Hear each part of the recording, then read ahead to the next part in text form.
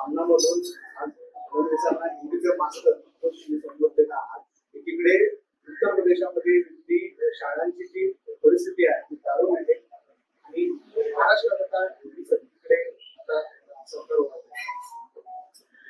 देवेंद्र फडणवीस हे या मराठी राज्याचे मुख्यमंत्री आहेत.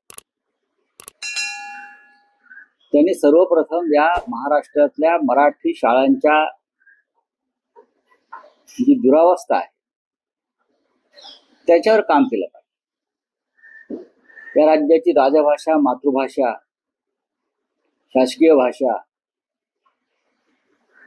तिला कसं बळ मिळेल आणि त्यातून या महाराष्ट्राचा मराठी माणूस या मराठी मातीत सन्मानानं कसा जगू शकेल, तो अडाणी लोढा यांचा गुलाम म्हणून राहणार नाही, त्याची काळजी त्यांनी घ्यायला पाहिजे. यावर त्यांनी काम केलं पाहिजे. ह्यावर त्यांनी काय ते स्टार्टअप बिल्टअप केलं पाहिजे. हिंदी हा विषय महाराष्ट्रासाठी तेवढा गांभीर्याने घ्यायची गरज नाही. महाराष्ट्राला हिंदी येतच, मुंबईला हिंदी येतच. जर मुंबईचं आणि हिंदीचं वैर असतं, महाराष्ट्राचं आणि हिंदीचं वैर असतं, तर या मुंबईमध्ये हिंदी सिनेसृष्टी, हिंदी संगीत, हिंदी साहित्य, हिंदी शाळा त्याला इतक्या मोठ्या प्रमाणात प्राधान्य मिळू शकलं नसतं.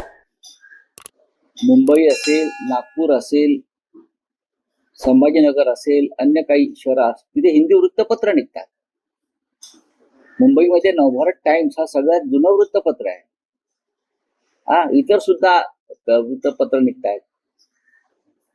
त्याच्यामुळे इथे हिंदी सक्तीचं करण्याचं कारण काय? कोणासाठी करता? इथे तुम्ही कोणाची रेशनिंग कार्ड वाढवताय?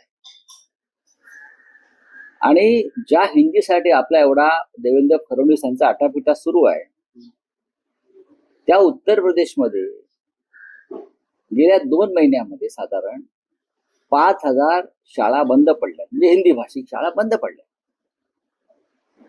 हजारो शाळांमध्ये हिंदी शिकवायला शिक्षक नाहीत. ही एका उत्तर प्रदेशची परिस्थिती. हिंदी शिकवायला शिक्षक नाही. शिक्षकांशिवाय शाळा भरल्या जात आहेत. योगींच्या उत्तर प्रदेशात, मग लखनौ असेल, वाराणसी असेल, आजमगड असेल, अनेक ठिकाणी हे रेकॉर्डवरती आलंय. हे उत्तर प्रदेशच्या वृत्तपत्रात पहिल्या पानावर छापून येत आहे की हिंदी भाषिक या पट्ट्यामध्ये हिंदी मातृभाषा असलेल्या लोकांच्या शाळा सुद्धा अत्यंत वाईट अवस्थेत आहेत. आधी त्याच्यावर काम केलं पाहिजे. नरेंद्र मोदींनी जी काही त्रिसूत्री वगैरे काढली आहे ना, अमित शहानी, आधी उत्तर प्रदेश, राजस्थान, बिहार,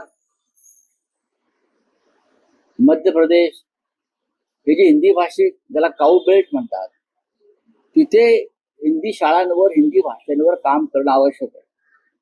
मुंबई आणि महाराष्ट्रामध्ये हिंदी भाषा संपन्न आहे. आम्हाला हिंदी शाळेत शिकवावं लागलं नाही. महाराष्ट्रामध्ये, मुंबईमध्ये हिंदी शिकवावं लागत नाही. मराठी बरोबर इथे हिंदी आहे. शाळेमध्ये तुम्ही हिंदी शिकवायची गरज नाही, हे स्पष्ट, आणि सक्ती करण्याची गरज. बरं, आणि देवेंद्र फडणवीस हे कोणासाठी सक्ती करतायत? त्यांचा उद्देश काय? त्यांना मुंबई महाराष्ट्रामध्ये कोणाला वाढवायचं आहे? त्यांनी मराठी माणसाचा विचार करावा, त्यांनी मराठी भाषेचा विचार करावा, मराठी शाळा अभिजात कराव्या, बरं का? पण त्यांचं काहीतरी वेगळ्याच दिशेने सुरू आहे. गुजरातमध्ये, म्हणजे यांचं जे हेडक्वार्टर आहे भारतीय जनता पक्षाचं, गुजरात, किंवा एकनाथ शिंदेचं हेडक्वार्टर गुजरात, तिथे हिंदी सक्तीची केली नाहीये महाशय. आणि स्वतःला शिवसेना म्हणून तिथे मांडीला लावून बसतायत ना. आम्हीच खरी शिवसेना बाळासाहेब ठाकरेंची. विचारा प्रश्न देवेंद्र फडणवीसना किंवा नरेंद्र मोदींना. दाखवा हिंमत की गुजरातमध्ये हिंदी सक्तीची का केली नाही आणि मुंबई महाराष्ट्रावर आमच्या हिंदी का लादताय, हे विचारण्याची हिंमत एकनाथ शिंदे आणि त्यांच्या बगलबच्च्यांमध्ये आहे का? आहे का? कसल्या बैठका घेताय? काल म्हणे एक बैठक झाली. अरे बैठका कसल्या घेताय हिंदीवर? एक आदेश काढा आणि संपून टाका विषय. बैठका घेत सुटले आहेत, वातावरण बिघडवत आहेत, बैठका घेतात. ही आज एक बैठक, मग या नेत्याला भेटणार त्याच्याबरोबर बैठक हिंदीवर, मग त्या 4 नेत्यांना बोलणार त्याच्याबरोबर बैठक. तुम्हाला काय दाखवायचं आहे? महाराष्ट्रात मराठी भाषेची तुम्ही जास्त अवहेलना करताय अशा बैठका घेऊन.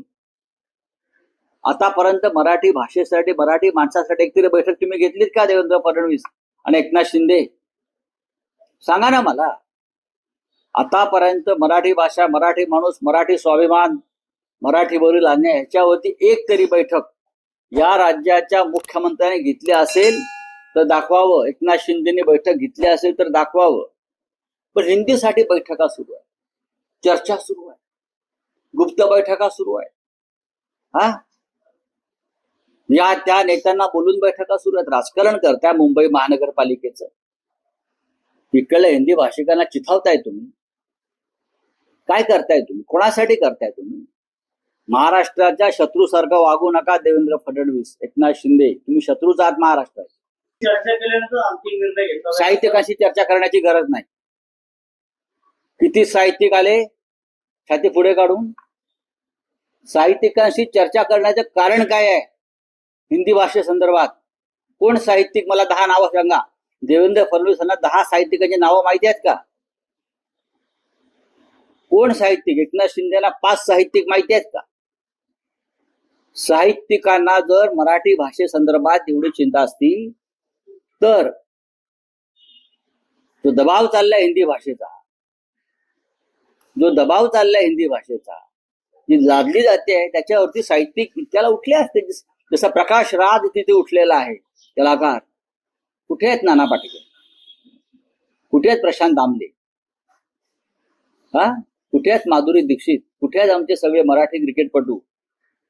मराठी माणसाने तुमच्यासाठी टाळ्या वाजवायच्या, तुम्हाला खांद्यावर घेऊन नाचायचं. पण मराठीवरती असे हल्ले होत असताना तुम्ही गप्पाच सगळे ना.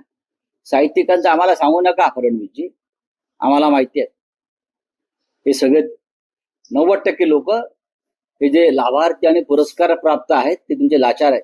इंटरनॅशनल स्कूल आहे त्याच्याकडे हा फायदा होईल का येणार आहे? नक्कीच नक्कीच. या सगळ्यांची मुलं परदेशात शिकतायत, परदेशात शिकून आलेले आहेत. त्यांचा ना मराठी भाषेचा गंध आहे, त्यांना ना हिंदीचा गंध आहे.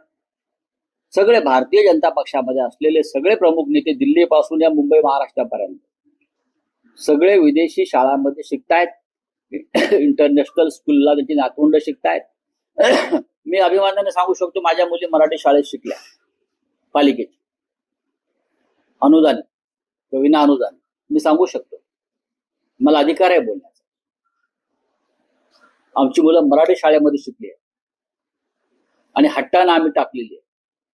तुमची आहेत का? किती मंत्र्यांची मुलं आणि भाजपवाल्यांची मुलं यादी काढा. त्याच्यामुळे मला हे बोलण्याचा अधिकार. साहित्यिकांची मुलं इंग्लिश शिकतायत, तुम्ही काय त्यांच्या बैठका घेताय? म्हणजे तुम्ही साहित्यिक वगैरे म्हणताय ना, त्यांची मुलं आणि नातवंड इंग्रजी शाळेमध्ये आहेत हो, किंवा इंटरनॅशनल स्कूल आणि परदेशात आहेत. आम्हाला शिकवू नका. बैठका घ्यायची गरजच नाहीये. हे बैठकाचे गुराल चाललाय ना, हाच मराठीचा अपमान आहे. तुम्ही मराठी भाषेसंदर्भात कोणाशी बैठका घेताय? मराठीवर आक्रमण करणाऱ्या संदर्भात तुम्ही कोणाशी बैठका घेताय आणि का घेताय? काय गरज काय?